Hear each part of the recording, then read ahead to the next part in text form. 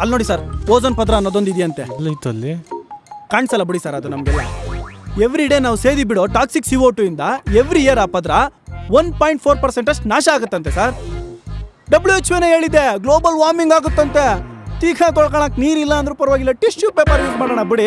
ಆದ್ರೆ ನಮಗೆ ದೇಶ ಇಂಪಾರ್ಟೆಂಟು ಸರ್, ದೇಶ ಇಂಪಾರ್ಟೆಂಟ್ ಅಷ್ಟೇ. ನಾವು ತಗೊಳ್ಳೋ ಸತ್ಕಿ ತೋಬಿಡಿ ಎಸೆದು. ಹೇಯ್ ಹೋಗ ನನ್ನ ಮಗನೇ. ನಮಸ್ಕಾರ ಸರ್. ಪಡೆಯದು ತಗೊಂಬಂದು ಬಂದ್ಬಿಡ್ತಾವೆ ಬೆಳಿಗ್ಗೆ. ಸರ್, ಪ್ರಥಮ ಪೂಜೆ ಮೂಷಿಕ ವಾಹನಗೆ ಅನ್ನೋ ಹಾಗೆ ಯಾವುದೇ ಪಿಕ್ಚರ್ ಸ್ಟಾರ್ಟ್ ಆದ್ರೂ ನಮ್ದೇ ಹವಾ. ಮುಖೇಶ್, ನನ್ನ ಬದುಕು ಹಿಂಗಿರಲೇ ಇಲ್ಲ. ಖುಷಿ ಯಾರಿಗೆ ಬೇಡ, ಅಯ್ಯೋ ಈ ಪಟ್ಟಣಕ್ಕೆ ಏನಾಗಿದೆ ಅಂತ ಅಡ್ವರ್ಟೈಸ್ಮೆಂಟ್ಗಳು. ಸರ್, ಪಾಪ ಆತ ರಾಹುಲ್ ದ್ರಾವಿಡ್ ಎಂತ ಜೆಂಟಲ್ಮ್ಯಾನು.